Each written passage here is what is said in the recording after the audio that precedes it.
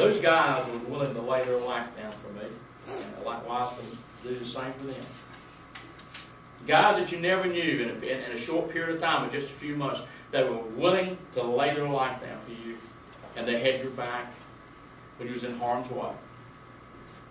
Now, we was in the Air Force, so we didn't, some of the confrontations we didn't have, but we would get the call when Marines and Army had no way to get any supplies and were completely surrounded.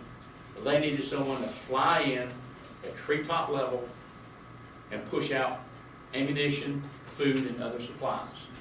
And you picking up ground fire as you come through. These are people that are willing to lay down their life for the price of freedom. And as I was speaking the other week, and I made this comment, Christ died for our sins, soldiers died for our freedoms.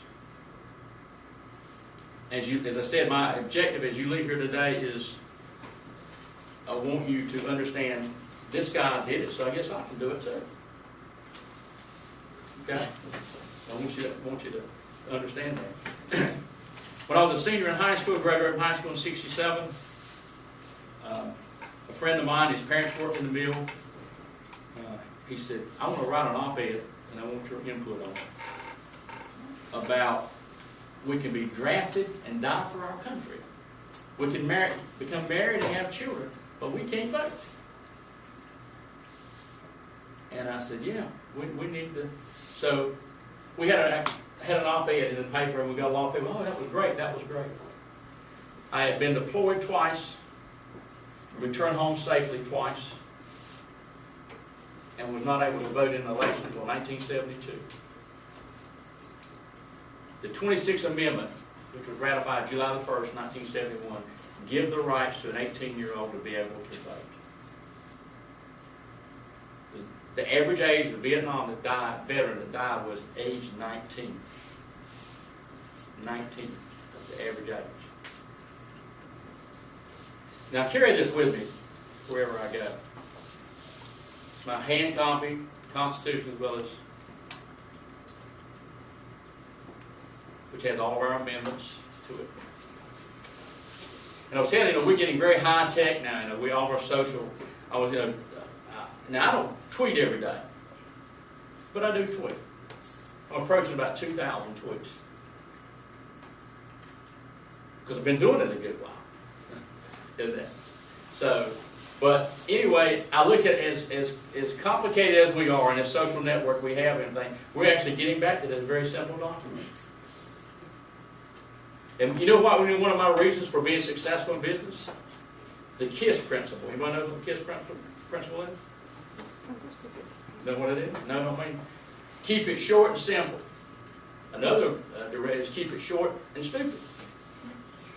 And the reason the CEO flew down and asked me to run this business is because I kept things simple. And I realized from my experience from my mom, who was a third shift spinner, my grandfather, and other people living in my family who worked in the mill, I'd hear them sit around and say, well, you know, they got this problem at the mill, and all you got to do is just do this to fix it. So I would go in, and I was known for being able to find and resolve a problem very quickly. Isn't it? How many of you have ever been to the State Museum? You're off of Huger Street. You know what that building was before? Anybody know? Next time. That's correct. Columbia Duck Mill. The first mill in the world to go to electric power.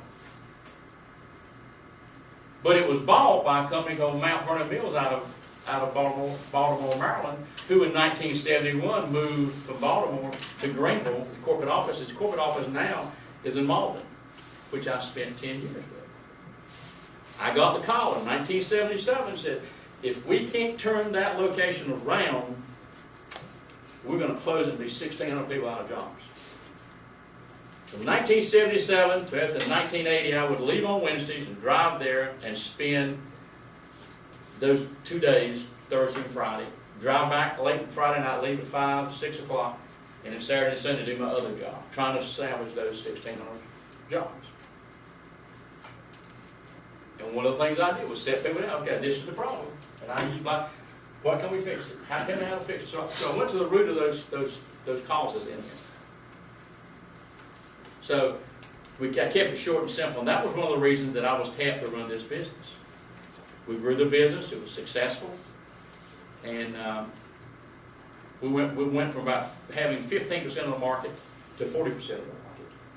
We grew about another 25%. This was the craft yarn market in there. But those principles that I learned at a very young child followed me all the way through. Now, my son comes along, and he will tell you this. He's 31. He'll tell you this. My dad had me in a tobacco field at age 10 in North Carolina. He said it was good enough for him, it was good enough for me. And I told him, I said, you can go to the best schools, Jonathan. You can be as smart as you want to be, son. But two things has to happen. You have to develop a good work ethic, and you need to learn to interact with people and respect those people as you begin to build your career in that. And he's told me over and over again, Dad, that was great advice. That was great advice in that. So, and also was sharing with Kelly, my daughter-in-law was telling me, you wonder if you raise your kids right. Okay. And I'm going to touch on politics. I touched a little basically.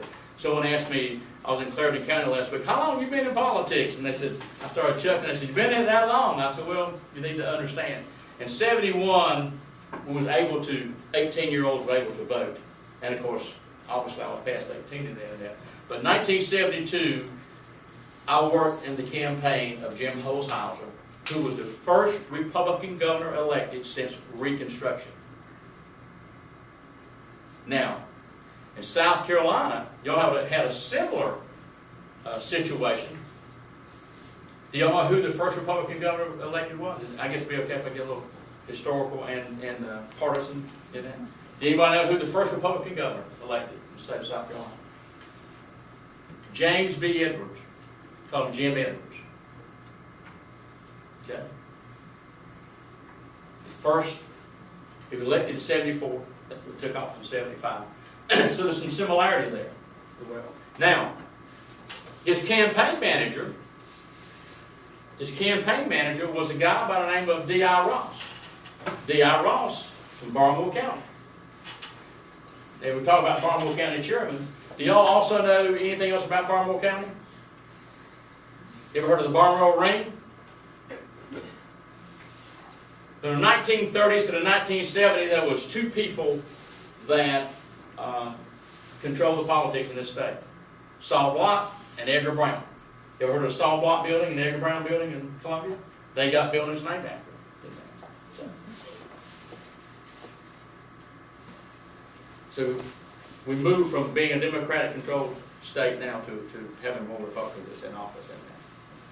But getting back to the plant, the reason it's a museum now is because in 1980, after 3 years of working and so forth, I finally had to make the suggestion to sell off certain assets and close that plant. And now it's a state museum. If you've been there, you'll see they still have pieces there of the spinning frames and so forth, and they've got the background noise and so forth like that. So I was glad to see that the Mount Vernon decided to let the state have that and have a museum in there. By the way, they own land on both sides of that river. And there's a mill village there. Have you driven through that mill village?